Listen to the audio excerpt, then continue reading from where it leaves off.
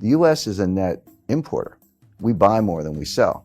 So when you have a cheap dollar, okay, a Boeing aircraft or General Electric wind turbine gets a little less expensive, but all the stuff we buy gets more expensive because we're paying for it in cheaper dollars, and that's what the central bankers really want. They want those price increases to feed through the supply chain and try to create inflation because governments around the world are desperate to get inflation. So that's the real reason they do it. And it can have a short-term impact. It can help exports a little bit. It can give you a little bit of lift. But the problem is it comes at the expense of the trading partners. This is just classic beggar thy neighbor devaluations. That's what currency wars are. So it can help individual country growth, but it does nothing for world growth. The world is no better off. One country is a little better off, another country is worse off. So the other metaphor I've used is, you've got 4 soldiers and they're fighting and it's a hot day and they get a break and they've got one canteen and they're all really thirsty. What do you do in that situation? You pass the canteen. In other words, everybody would like to drink the whole canteen, but you take a sip, you hand it to your mate, he takes a sip, and so forth. And that's the way the currency wars have gone. 2009 was the day of the cheap yuan. Remember, 2009, 2010, Secretary Geithner couldn't get out of bed without complaining about Chinese currency manipulation. 2011, the dollar hit an all-time low on a couple indices. That was the cheap dollar. 2013, along comes Abenomics, and one of his 3 hours was a cheap yen. All of a sudden, the yen's at 120, 124. Japan got a little bit of a lift. So who's suffering the whole time? Europe. Europe had the strong currency, 2 recessions in 4 years. So finally, 2015, it was Draghi's turn. Well, June 2014, they launched negative interest rates. In January 2015, they launched European QE. So you're going from China, US, Japan, Europe. Everybody's passing the canteen. But the world is still stuck in basically depressionary growth. It's not, we don't have negative growth, but we have below trend growth. So there's no way out of it. So right now, my forecast, I actually said this a couple of months ago, is that look for a stronger yen, stronger euro, cheaper dollar, cheaper yuan. That has played out with a couple speed bumps. The dollar got a big lift because of Brexit, and the euro went down a little bit also because of Brexit. But the yen went from 124 to 104. It backed up. 103 actually backed up a little bit. But we do have a strong yen. All these people who expect Japan to intervene in currency markets, don't hold your breath. They've been warned, I would say threatened, by Jack Lew and Christine Lagarde. Don't you dare intervene in currency markets. You had 3 years with a cheap yen. You didn't make the structural reforms. You didn't do what you needed to do. Too bad for you. We're taking the canteen back. So the point to your main question, Grant, is that they don't have a logical conclusion. There are only 2 ways out of a currency war. One is systemic reform, a kind of Bretton Woods or Plaza Accord where all the major powers sit down and just say, here's the New Deal. The other one is systemic collapse. I expect collapse because there's no consensus on a way out of it. There's no political will behind structural reform. I don't see the leadership. In 1944 you had John Maynard Keynes. In 1985 you had James Baker. In the 1990s you had Bob Rubin. These were, whether the Democrats or Republicans, this was leadership. I don't see that kind of leadership today. I see a lot of denial. I don't see the political will behind structural reform, so I would expect a collapse of the system. Well, it's interesting you say, because of all the bailouts, we don't know what a systemic collapse looks like. I actually have a pretty good idea of what it looks like, because everyone focuses on 2008, and U.S. economists call it the Great Recession. You go abroad, they call it the global financial crisis, the GFC for short, whatever you want to call it. But we had another one that was actually potentially worse or as bad in 1998. And that was the Asian financial crisis. Started in 97, worked its way around the world, ended up in Russia, and then landed in my lap at Long-Term Capital Management. I was the general counsel of that hedge fund in Greenwich that got bailed out by Wall Street, although I'd like to remind people they didn't bail us out, they bailed themselves out. Because, Wall Street bailed itself out. I always say, hey, we owed, on paper, we owed Wall Street $1 trillion in derivatives trades. If we had failed, meaning filed for bankruptcy, and we had a bankruptcy team ready to file those papers in the Cayman Islands because we were a Cayman fund. I said, I would have just slept in the next day. It's like, it's out of my head. We filed for bankruptcy, good luck getting your money.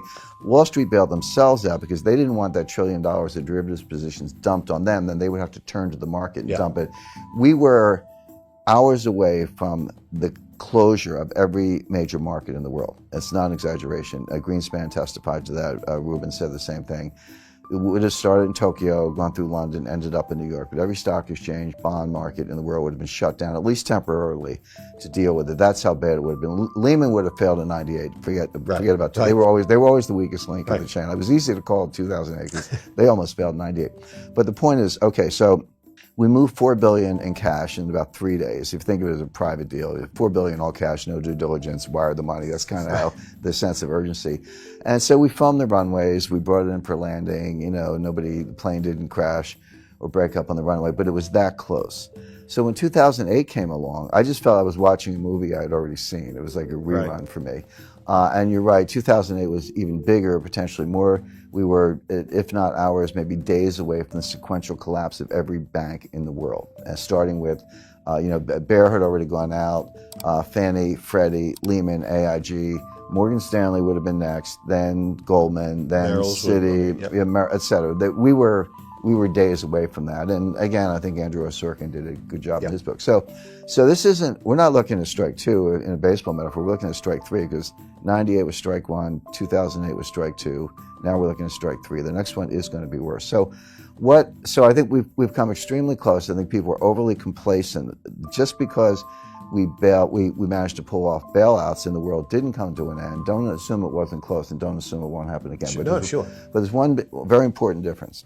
In 1998, Wall Street bailed out a hedge fund.